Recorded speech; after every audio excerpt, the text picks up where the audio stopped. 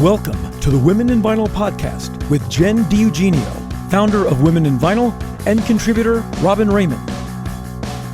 This podcast facilitates conversations with those working in the vinyl record industry to educate, demystify, and diversify the vinyl community.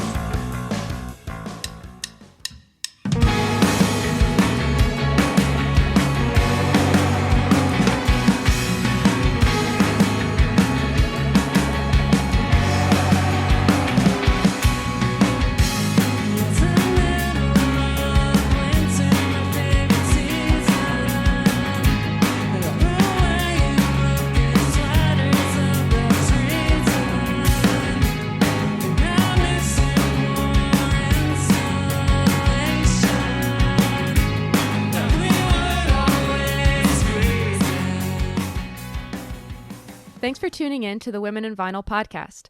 This episode is dedicated to continuing our conversation on all things plating. Our guest today is Elsie Chadwick from StamperDiscs in Sheffield, UK. And she's our first international guest. Yay! We're excited to meet you. Thanks for being here. Yeah, thanks for having me. It's very exciting. Breaking barriers. I love it. Thanks so much, Elsie. That's awesome. Thanks for making time on it's Saturday there too, right? Yeah, it is. Yeah. 5 o'clock here. Oh, lovely. Did you have a good day? Yeah, it's been fine. I've not done much. I've just been, getting ready for this, really. That's okay. Just lots of push-ups, right? Yeah, definitely. Perfect. That's what I do too. Yeah. So why don't you talk to us a little bit about StamperDiscs and what you guys do? Yes, so we are StamperDiscs. We're based in Sheffield, which is in South Yorkshire in the UK. And we make the stampers that go into the presses that then press the records. So we're the only facility for the vinyl industry in the UK that offers galvanics as like a trade service. And we work mainly with new wave pressing plants, so those that don't have like in-house galvanics, and they outsource their stampers, but also like record labels and sometimes vinyl brokers as well. There's 6 of us on the team. 1 works remotely, and then there's 5 of us that go into the factory every day. I've been there 6 months, so since February. Very exciting time to join. And there was only 3 of us in the factory when I started, but now there's 5 of us, so we've grown by 2, and I think they started in May, so yeah, we're growing. But yeah, that's what we do at StamperDiscs. That's great. How did you find your way there? So kind of by chance. I mean, being kind of the only galvanics facility in the UK, being in Sheffield, and I was also in Sheffield, so that's just a coincidence. And yeah, I saw the job advert, so it's for the sort of customer service position. So my background's mainly in like hospitality, but it's not something that I kind of wanted to do long term. So I saw this job advert, and I just kind of thought, how could I make my experience applicable to that, because I thought the job sounded really cool. I really wanted to do it, but I didn't have any experience like in the vinyl industry and limited knowledge really. So yeah, I just kind of went for it and like did what I could, and then here we are today. Yeah, it's one of those things people know so little about to begin with, so it's interesting. Yeah, just started there. Yeah, it's so strange, especially when I was sort of preparing for the interviews and stuff.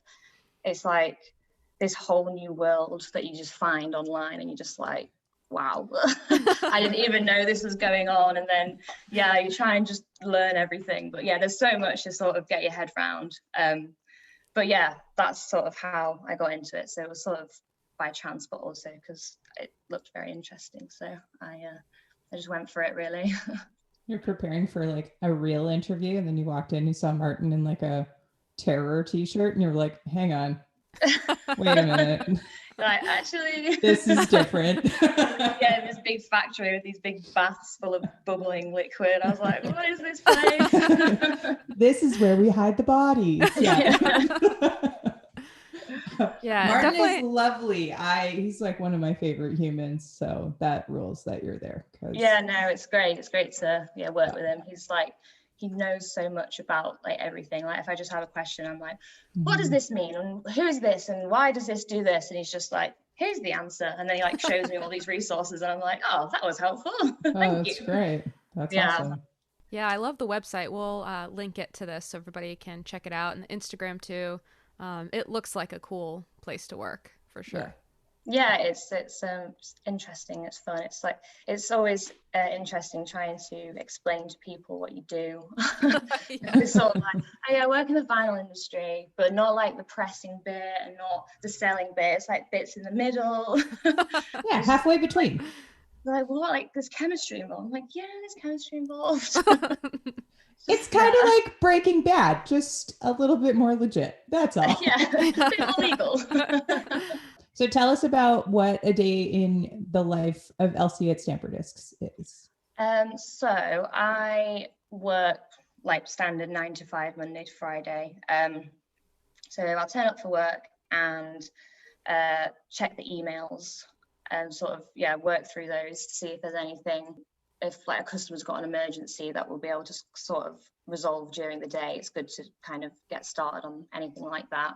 Depending on the day, I might walk in and there might be a mountain of lacquer boxes waiting that have arrived just before I've got there. Or sometimes I actually bump into the UPS man when I'm arriving at work and he's like, here you go. I just walk in with all these lacquer boxes. Like, just throwing them at you because they're not fragile at all. So oh, no. Yeah. Here you go. Oh, did you order some more On it that pizza? says fragile or anything. But hey, lady, your 16 pizzas are here. Here you go. Here you go. Yeah, one of the delivery guys does make a joke about pizzas every time he brings one. Like, here's your pizza. I'm like, ha ha ha, for the third day in a row.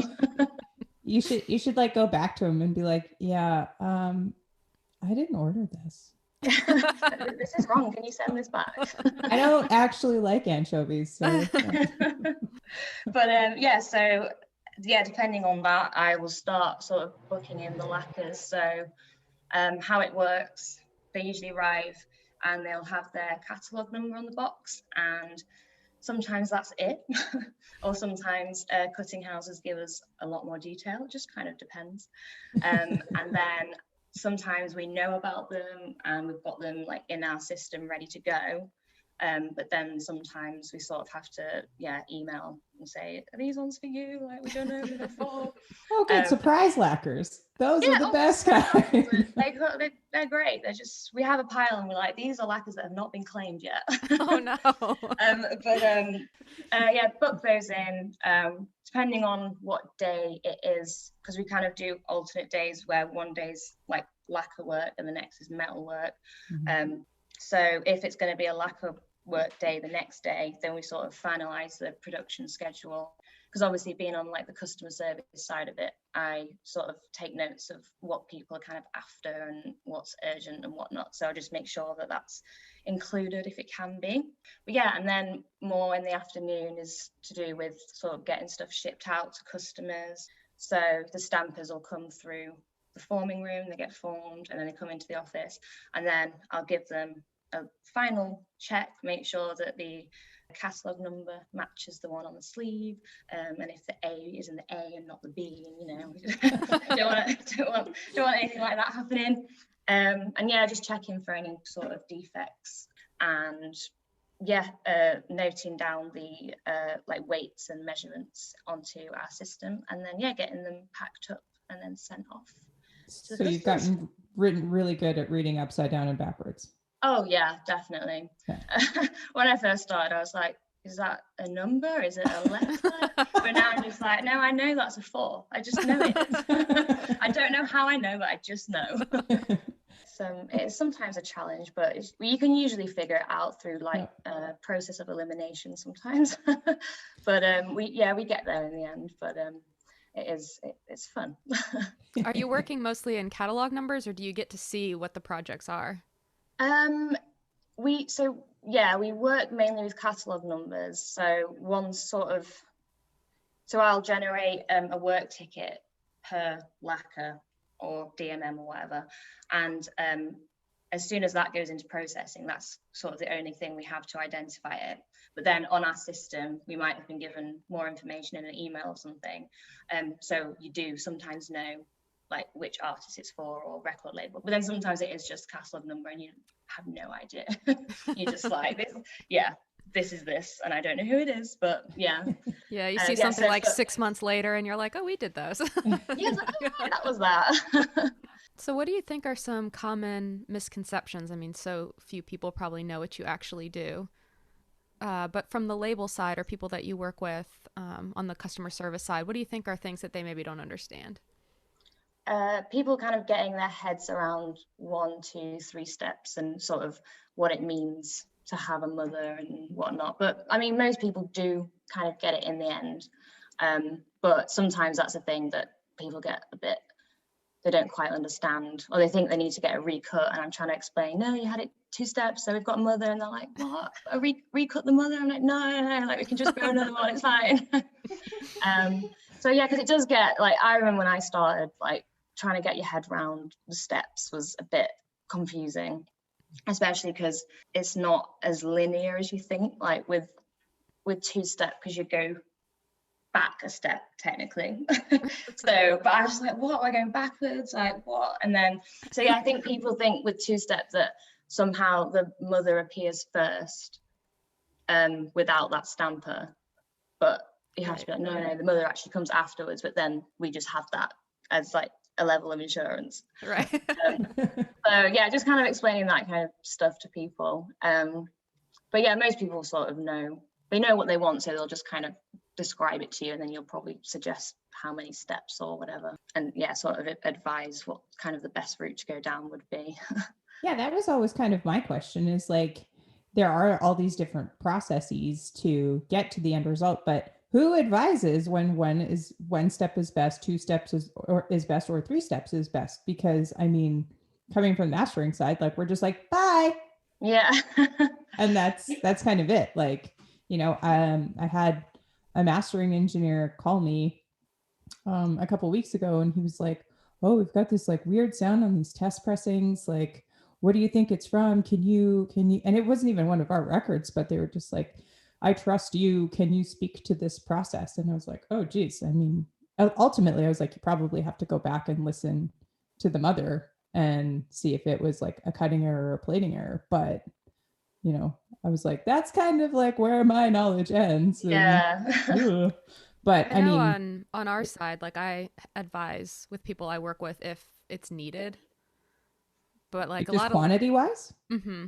Uh-huh. Okay. But like labels, most of the labels I work with already know, but right. Bands and like artists that are self-releasing or things like that sometimes don't. Yeah. I mean, yeah, I think it's kind of up to the individual and how they kind of work, and sort of what like expertise they have on their side as well. Yeah. So some people know exactly what they want, and that's absolutely fine. But then some might say, oh, we're pressing this many. What do you think? Yeah. And then we'll sort of go from there. So yeah, it's just a mixture of people already having an idea, and then, or if someone sort of has put an order through and it's 2-step, but it seems like they want quite a lot of stampers, you might sort of push them towards 3-step, just because you don't want to, if anything goes wrong, you don't want to have to do the whole recut thing. So yeah, it's up to the individual, but yeah. So for the bands and the independent artists and labels that are listening to this, can you expand on that a little bit and be like, this would be kind of my suggestion for 2-step versus 3-step when it comes to quantity? Yeah, so we always say, kind of like as a rule of thumb, a pair of stampers will press 1,000 records. We did have a customer that got 5,000 out of one pair of stampers. So, I mean, it does vary. I want to hear that record. I want to know what that sounds like. I have questions. I want to know if that's mono or stereo. I want to hear all of it. I want to hear the first copy, and I want to hear the 5,000th copy. Yeah, we were impressed, but yeah, so it does vary, but that's what we kind of say as sort of advice. And obviously, like, there's different things that can mean that they won't last as long. Like, apparently, if you're pressing with like colored PVC, it's not as ductile as black or something, so it can like not damage the stampers, but they might not last as long. So things like that. But I always think, especially if you're sort of maybe a new plant and you're setting up, do everything with either 2-step or 3-step. Make sure you've just got that backup mother, because you kind of need to know how it's gonna like fit into your press and all of that, and just you don't want to go like down the recut route if you can avoid it. Right. But for plants, that are doing kind of really short runs and they're really confident with sort of their presses and how they work, we do get quite a lot of 1-step orders, and they're absolutely fine to do so. But yeah, I don't know. I think if you just want that peace of mind and that layer of kind of insurance, then 2-step will get you, if you say that a pair is 1,000, that's going to get you 10,000, and then 3 steps 100,000. Right. So yeah, do you typically advise for 180 less, like, because we usually say for 180 every 500? Yeah, so I only really heard this for the first time when I was listening to your podcast the other day. So which one? That's actually news to me, so I don't know. I can find out and let everyone know, but that I hadn't even thought of that, to be honest, and it's not something that I've come across yet. Interesting. So yeah, but it's definitely that's what sort of you brought that up, so it must obviously be a thing, but so not Jen, something I've come across yet. Jen, just to expand on that, are you saying like you guys change stampers after 500 copies for 180 gram? For 180 gram. And is that like material, just like a hard that number, or is it like there's a little bit of like wiggle room because of like a visual inspection perhaps? Yeah, there's wiggle room, but like that's just the suggestion, just because of the amount of material will wear them quicker. Right. Yeah. It's interesting how melted plastic can stick to metal and like wear the grooves out a little bit faster, right? Like, colored plastic versus black. Another vote in the old colored versus black vinyl debate that never ends. Elsie, so we've got to 2-step, and 3-step does around 100,000. So that's cool. Is there, and like this might be a dumb question, I'm not really sure, but is there any kind of difference in the way that you guys are going to plate for 140-ish or 180-ish gram record? No. Every sort of stamper is the same. Yeah, because sometimes when we get sort of orders sent through, people include loads of detail, and like they'll include if it's 33 or 45, but none of that actually like doesn't actually matter. It's going to be the same stamper at the end. So that kind of stuff isn't that relevant, to be honest. That's good. That's okay. But something that would change maybe how you did something in the process would be the machine, right? Like the different type of form. Also the press that it's going to be fit. Yeah. So we sort of have kind of the profile of each customer for what press they have, or some of them have more than one, so you have to kind of switch between and find out which one they're going to use. And then on the work ticket that's printed out, on that it'll have the plating spec and then the diameter and everything at the end. So it's the diameter that changes with different machines. And that's my big question, because I don't know if you know this about our American friends, but they have a different way of counting and measuring.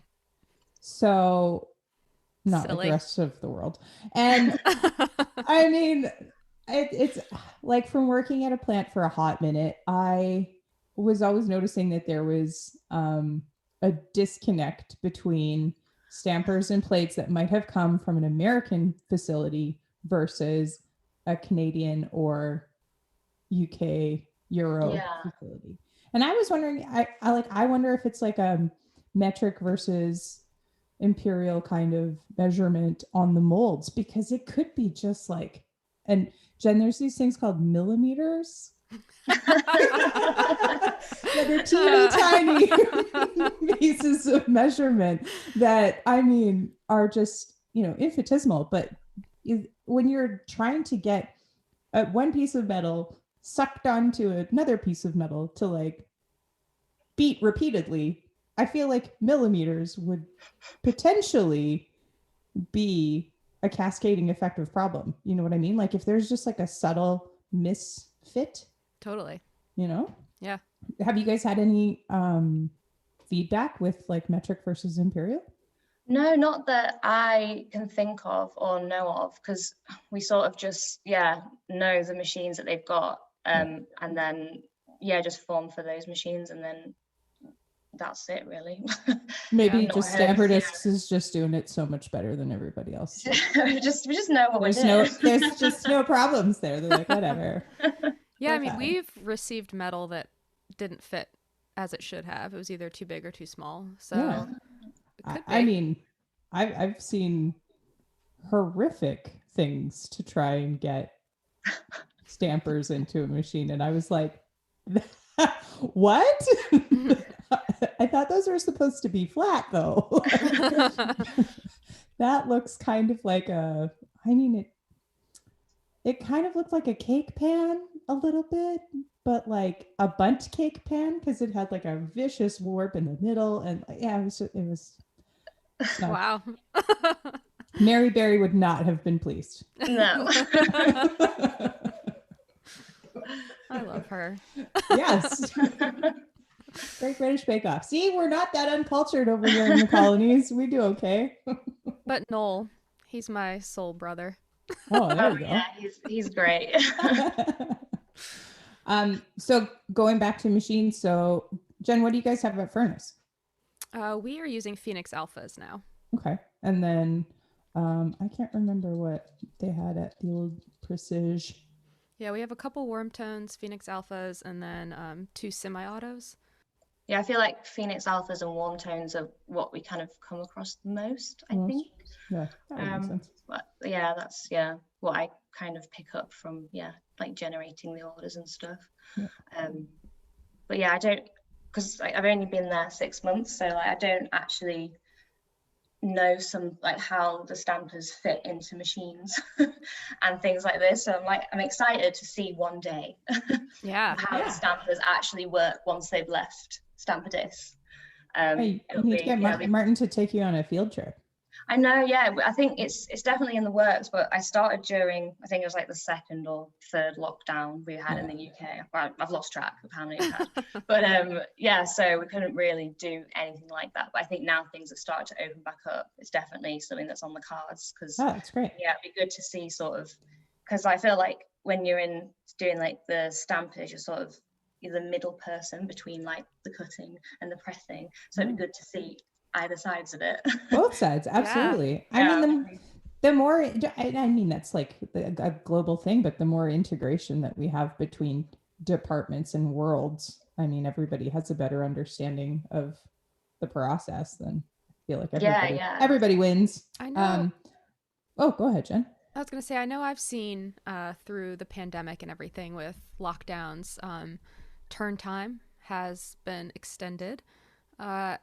Has that happened to you? And if it has, what I guess would be a typical turn time versus how things are running now?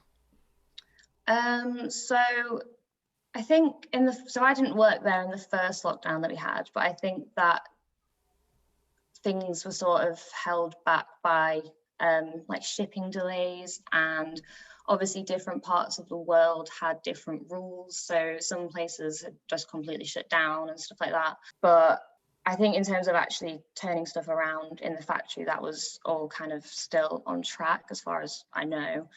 But at the moment, the whole kind of turn time issue is because of just how busy everyone is, rather than to do with, well, I don't know if it's a result of kind of all the music that was made during these lockdowns. But that's sort of where the kind of turn time issue is coming from now. But I feel like everyone at every stage of the industry is in the same boat there, so it's just sort of kind of adapting to the pace of the industry at the moment, which is, I think, challenging for everyone. Neck. We're doing it. How long does it take to actually make a stamper, though? Like, if you were to sit there with a stopwatch and you're like, all right, lacquer received, go. Okay, so I don't actually work in production, so it's going to be a bit of a That's iffy, okay. an I iffy mean, time. you know better than we do. So Yeah. I mean, we're So not writing the gospel of plating here. Don't and worry. everything's sort of done in stages. So like lacquer prep's all done in one chunk of the lacquers that are going to be processed. So, but I think if you were to prep one lacquer, it probably wouldn't take that long. But then you've got to do the silvering, all of that, and then it goes into a pre-plating bath for, I think it's about half an hour. Okay. And then it goes into the fast plating bath for about an hour and a half till it's at the correct thickness. And then if it's one-step stamper, once that's been pulled out and separated, then there's your stamper. Then Bob's your uncle. But yeah, if it's two-step, then it needs to go back in the baths, obviously, and then separated when it's come out from the mother.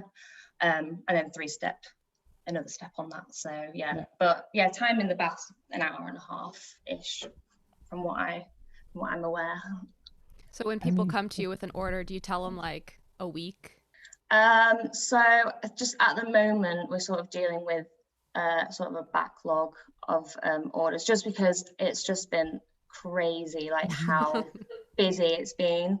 I think there was just one day in, I think it was like March, or 1 week, where there was just so many lacquer boxes like coming through the door. And it's not like they were new customers or anything, it's just our customers, but everyone's just getting way more work. So yeah, it's sort of yeah, trying to just deal with all the stuff that started happening around that time. And you know, you're being so diplomatic. I love it so much. It's me, I'm a diplomat, it's my job. I feel yeah, I think we've had to, you know, obviously let our customers know about what they should expect, and sort of manage that from their point of view. But everyone's been really like fine about it, and everyone knows that we will always try and do our best. If there's like an urgent job or anything like that, we'll always do our best to sort of get things done when people need them. But yeah, I think everyone's sort of in the same boat at the moment, where it's you kind of just have to accept that things are taking a bit longer. for sure. Underlined, bold. Yeah. Good work takes time at the end of the day, and that's exactly it. I mean, you can't rush perfection. So no, I mean, and if you're gonna get if people are gonna get like this precious about their records, then like take a back seat, Mary, and let us do our jobs. Exactly. Yeah. And that's the thing. Like, it's just like good work ain't cheap, and cheap work ain't good. Like, yeah. Exactly. And like, trust the professionals. They know what they're doing. So, and they're not going to make your record rubbish. They're going to make it really good. So So you mentioned like lacquer prepping there a second ago. Is there a difference in, and you said because you guys schedule lacquer days versus DMM days, is there a difference in prep wise, like for a lacquer to a copper plate, or is there like a difference in the processing from one to the other? So it's not, so it's lacquer days and metalwork days, but metalwork doesn't necessarily mean DMMs, because I probably like 95% of our orders are lacquers. We do DMM processing, but there's nowhere near as many that come in as lacquers. But so the metalwork days are sort of finishing off the two-step from the day before, or if people, because like now everyone's getting so busy and a lot of people are kind of ordering kind of additional stampers from mothers that we've had in. So we kind of set days aside where it's just kind of growing from metal rather than lacquers. And you don't have to prep the metal like you do a lacquer, because it's not as precious. That's the understatement. So is there like just a big crazy catalog warehouse for all of your mothers that just like all hang out together, and you're like, okay, on shelf 3, 6 in, this is Bad Religion, No Control, go? So we've got sort of like the standard long vinyl storage, you know, the typical, and that's full of mothers, but then obviously we've gotten busier and more people are going like 2-step, 3-step, so we've also kind of extended and pushed everything back into the back room. We've got a big shelving unit now, which is full of mothers as well. Awesome. But we kind of say that we'll like hold on to mothers for sort of a year, maybe a bit more, and then we sort of give customers the option to take them back. But if they want us to store them, then we will. But yeah, there's loads, and they're all sort of in the order of their order numbers. Okay. So you have to make sure that you put them back in the right place because it's such a nightmare when you can't find one because there's so many, and then all the numbers blend into one, and you're just like, I don't know what I'm looking for anymore. And it's not like they're different colors or different sizes. Like it's like car tires almost. Yeah, like, it's all right. Oh my God. We've had some fun times looking for mothers. Yeah, like when people use the UPC number as like the catalog number, or it's all like major labels, it's like just a string of numbers. The whole alphabet backwards and upside down. Yeah. Great. Yeah, and like, it's the same number apart from like one tiny number in the middle. Right. And you're like, oh, okay, sorry, you're talking about that one, not this one. Okay, got you. Yeah. Get your spectacles out. I hope it's well lit. Yeah. All right. So to continue our mother conversation, are you listening to mothers? So I can do if I ask and I see something that I would, like to do an extra special QC of. But no, they actually do get, so each mother does get QC'd anyway, but they sort of do, so they listen to the lead in and the run out and just for like pops and clicks and anything that jumps out. So each one, is kind of QC'd in that way as well. Do you guys digitize that? No, not for each one, but if a customer asks us to, then we can. That's not something I really get involved in, but I know that we can send recordings of mothers over to customers. Trust me, you don't want to get into that. No. It is nice though to have them. Oh yeah. Like on our side, sure, but as an advocate for Elsie right now, I'm like, please don't do it. Stay far away from QC stuff. It's just a nightmare. Well, yeah, and can you explain sort of what that sounds like in comparison? Because a lot of people have probably never heard a mother before. Oh, so what? So it sounds like on the turntable. Yeah. Oh, it's kind of, to me, it should just sound like the record. You can just play it. And it looks weird because it's a bit of metal going around on the turntable, but it's making nice music. But then you listen out for things, like pops and clicks and sort of any defects, as I'm sure that they do later on in like when it's a TP and everything. So you can just play them on a turntable and it will just go around like a record. What kind of turntable do you guys have for that? I know that they used to have an Audio Technica one, but I think it conked out. So now I think they've got R.I.P. what is it? Lenco Gold Rings, that's it.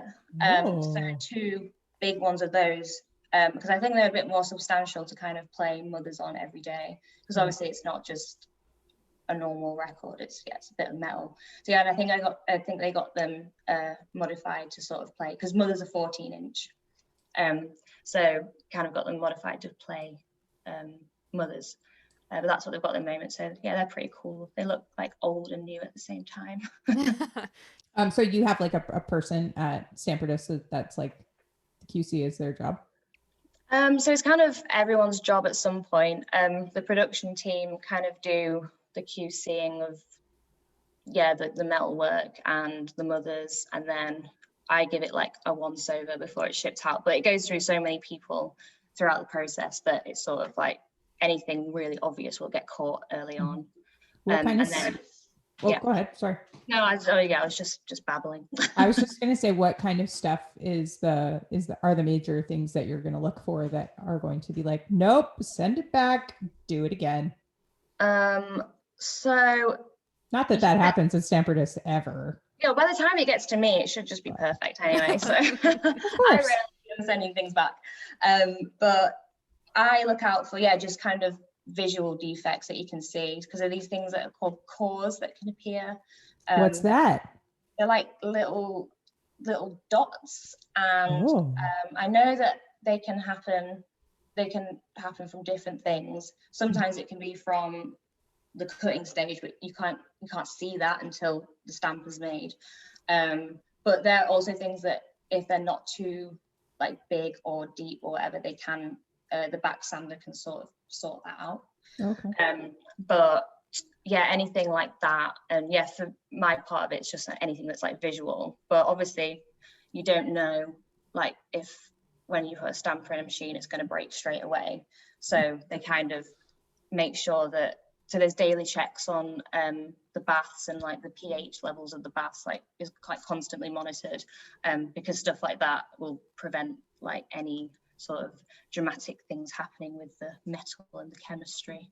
See, that's not something I even considered. Like, stampers and plating is such a, like, everybody says that mastering is the black arts, and I'm like, no, we don't actually do any alchemy. Like, yeah, it's let's leave that to the wizards, the actual wizards.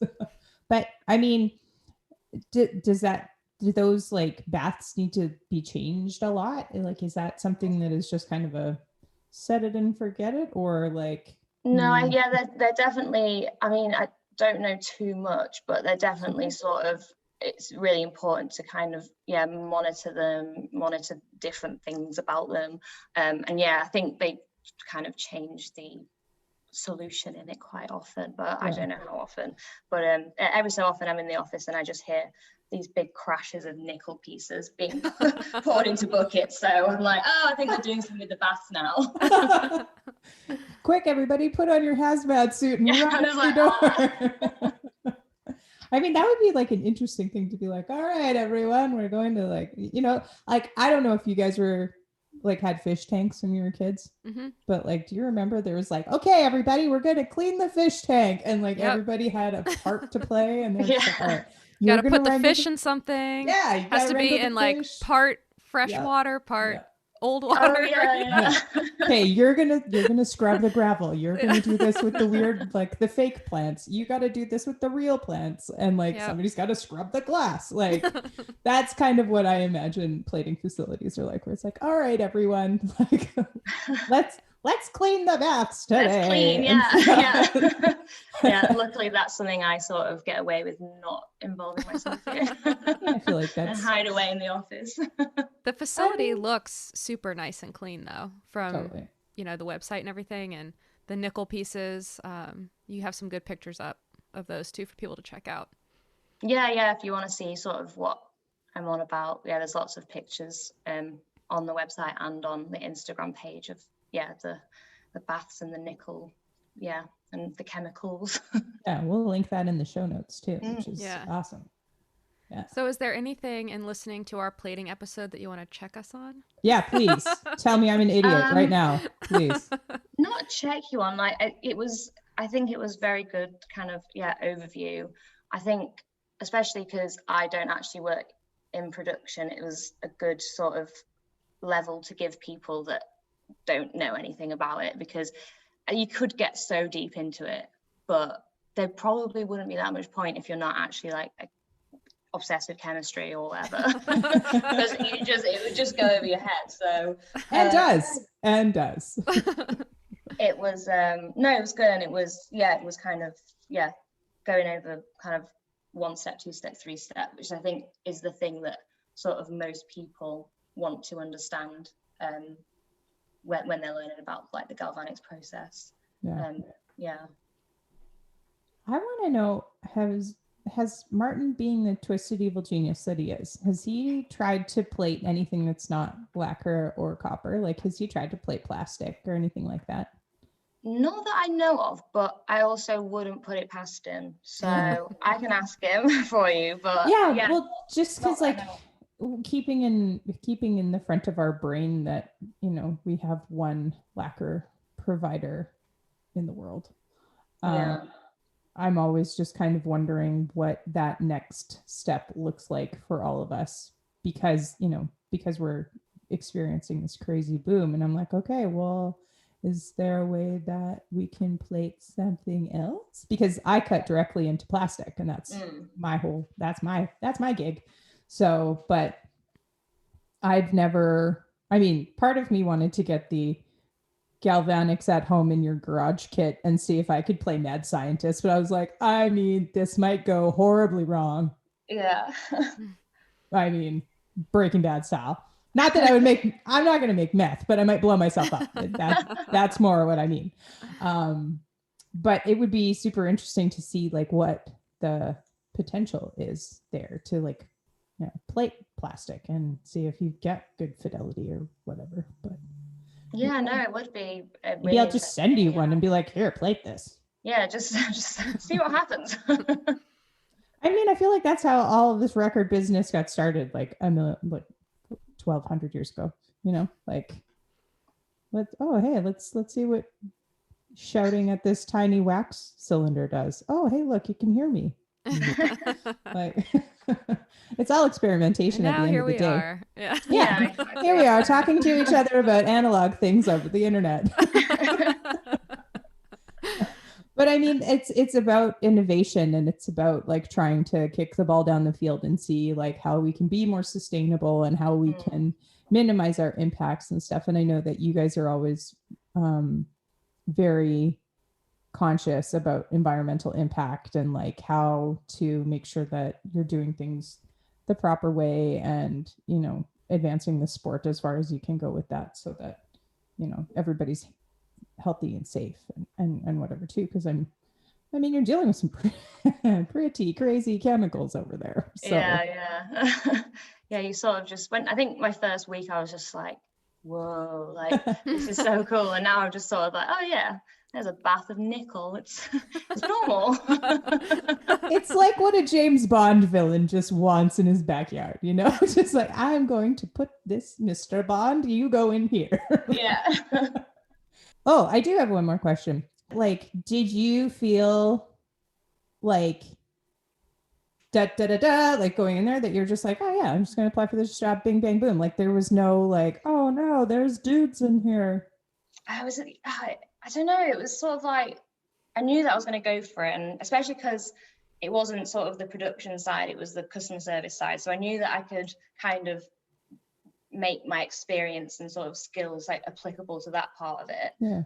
And then I remember I was showing like the job description to my dad, and I was like, oh, but I don't know anything about electroplating. I've never heard that word before until this job application. And I remember he was like, yeah, but it's so kind of niche. He's like, they're not going to be interviewing people that have come from another like galvanics facility. Like everyone's going to be sort of in the same boat. So as long as you do as much research as you can and sort of ask the right questions, then you'll be fine. So that's sort of what I did. Oh yeah, Dad. Yeah, that's great dad advice. Shout out to Dad. Yeah, shout out to the dad. That's Aww. great. And I mean, Martin is like super progressive. I mean, he's a really nice dude.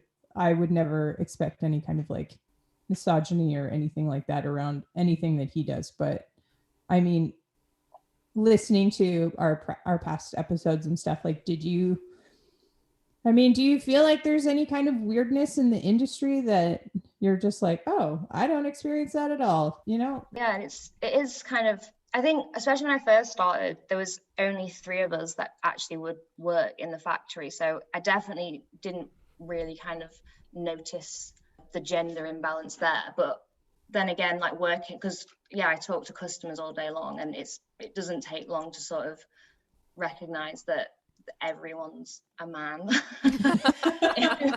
Well, most people are male, and it's sort of it's a very male dominated industry. So it's a bit strange to sort of like I'm not sort of experiencing any of that, but then I sort of am, because I am the only woman there, but it's not a problem at the moment. But I think if we kind of grew and expanded and there was suddenly 20 men and it was still just me, then I'd probably be like, but because we're such a small team, for the time being, it's not something at work that has bothered me, but I can see it sort of in the sort of industry as a whole, definitely, because everyone is sort of well, you're being the change kid, so that's all that matters. Like, you were bold and you took a swing, and I mean, it looks like you like it and you're doing a great job. So that's all that matters. Are you hoping to move from customer service into like getting into the dark arts, or you're like, ooh, those baths are mine? No, I don't know. Probably not, because Oh. I like sort of the business side of it all. Yeah. I do like that, but I do sort of want to learn and understand a lot more about everything there, and also just the industry as a whole, because I just think that then you provide a better sort of service anyway. Yeah. But I enjoy sort of the businessy side of it, so I think I'll probably just stick with what I know. It's very pernicious. You don't like just we'll circle back in like a couple of years and we'll see what it's like when you're cutting copper and like plating in your own facility, and you're like, oh yeah, I just do this, I just cut it over here, I walk it over here. It's no problem. Yeah. I mean, that's the best part about this whole industry, is that once you're in, you can kind of move around. You know what I mean? Like you can find what you like and and it's so sort of, make it that's the thing I noticed when I started working, was sort of like everyone knows each other. And I quite like that. Yes. But it's sort of like people would email me and be like, oh, so and so is cutting my lacquers, and I'm like, it's getting Martin. I'm like, who does this, like, because they don't give me the cutting house, they just give me a name, and I'm like, who does this guy work for? I don't understand. But it's just sort of like learning who's who, and who's friends with who and all of that. So but I think that's a sort of a nice part of the industry, I feel like, because it's so like everyone sort of wants to help each other. It's not like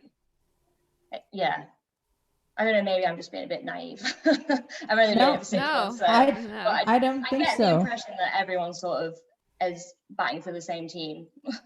Totally. I think we're definitely in that riding that wave and getting into that phase. So, and I mean, you know, having people like you know, over there and doing the damn thing, that's exactly what we're after. That's why this whole thing exists, you know? So you're like proof of concept for women in vinyl. Look at you. I know, but it's crazy because when I kind of started like I think I first followed you on Instagram, and then you announced that you were doing the podcast, and that was, especially the tech talk ones, I was like, this is so useful for me. And I just loved it. And then I remember I think I went into work and I was asking Martin some questions that I had about things, and he was like, oh, you should go on that. And I was like, obviously not. And then here we are, and I'm like, here we are. No, of course. Our body experience right now. So I'm like, no, it's good, but it's also it's very strange. Oh no, it's awesome. You're a welcome addition. Thank you. Thank you very much. Oh, it's awesome. So awesome. And when we decide to do our Women in Vinyl on the road, like, there's a StamperDiscs tour in our future. For sure. That would be very fun. Mm-hmm. Oh yeah. So, you want to ask our question? No, you ask. It's your turn. All right. So, since you listen to the podcast, you know this is coming. Yeah. So, what is your split 7-inch? So I'm gonna now pretend that I haven't been thinking about this for the past 3 weeks. I love it. People are starting to prepare for it now. It's my favorite. We've arrived. It's like my thinking phase. It's my favorite. So there's a song called 7 Seconds by a band called Porridge Radio, and I just love it. It only came out, I think, a year ago, maybe even less than, but you know when you hear a song and you just know you're gonna love it forever. And I've been waiting for them to release it as a 7-inch, and they've just not done it, so definitely that, because it doesn't even exist yet. I love it. So Porridge that's Radio. that side. That's so lovely. That's so painstakingly British. I love it. And then I think I just have to go for my all-time favorite song, which is Babies by Pulp on the other side. So I love Pulp. That's great. They're from Sheffield as well, so awesome. That's fantastic. That's a good one. I mean, Porridge Radio, I'm going to link you in the show notes, and you know, you've got people on your side now. Let's get that 7 happening Yeah. for little Elsie here. I know. I always see like when they do sort of like a Bandcamp merch drop, and I'm just scrolling through, and I'm like, is it there? And then it's not there. I'm like, for goodness sake. And I see other people commenting like, when's the 7-second 7-inch coming? It's just like, everyone wants it. Please give it to us. Well, that was awesome. Yeah. Elsie, you're Hopefully a not wealth too of bad. information. Yeah. Yeah, I thought, oh, it's good, That good was to know. incredible. Oh. Yeah, this time last year I knew nothing about stampers, and here I am now. So Thanks again for joining us on the Women in Vinyl podcast, episode 11, with the lovely and talented Elsie Chadwick from StamperDiscs in Sheffield. Thank you to Hit Like a Girl from New Jersey for the use of their song, Boardwalk. This live version was recorded at AGL Sounds. Please check out Hit Like a Girl's new album, HeartRacer. That's out on Refresh Records. We have a podcast sponsor alert. We want to say a huge thank you to other record labels. They've gifted us and our listeners, that's you, a 50% off discount code in their store for the myriad of products that they have available there. If you want to start a record label, this is where you start. They have checklists, they have toolkits, they have all the information that you could ever imagine that will help you start all of your record label dreams. So that's www.otherrecordlabels.com/store, code WIV50 at checkout. Otherrecordlabels.com/store, discount code WIV50. Women in Vinyl turns 3 on August 16th. Treat yourself in the Women in Vinyl store. Guys, you know where it is. womeninvinyl.com/store. Get one of those bitchin' slip mats, a t-shirt, pins, all of the things. As always, join the conversation on Instagram or send us a note at media@womeninvinyl.com. Check out womeninvinyl.com for all of our past episodes and the amazing archive of interviews. Don't forget to like and subscribe and give us a 5-star review if you like our podcast, or give us a 4-star review if you think that we have something to work on. And pass it on to all of your friends that collect vinyl or are interested in the making vinyl process. We really, really appreciate it, and it helps us get out to a bigger network. You can also contribute to furthering our mission at www.patreon.com/womeninvinyl. You'll get early access to episodes, backstage content, behind the scenes, wondrous, beautiful things, all the B-sides, the deep cuts, the amazing extras, and help us to start on our own not-for-profit to further our demystification, education, and infiltration goals of more women and non-binary identifying humans into the vinyl making space. That's episode 11. That's a wrap. We'll see you on the B-side. Thanks, guys. This episode has been brought to you by Women in Vinyl and Red Spade Records. Thank you for listening.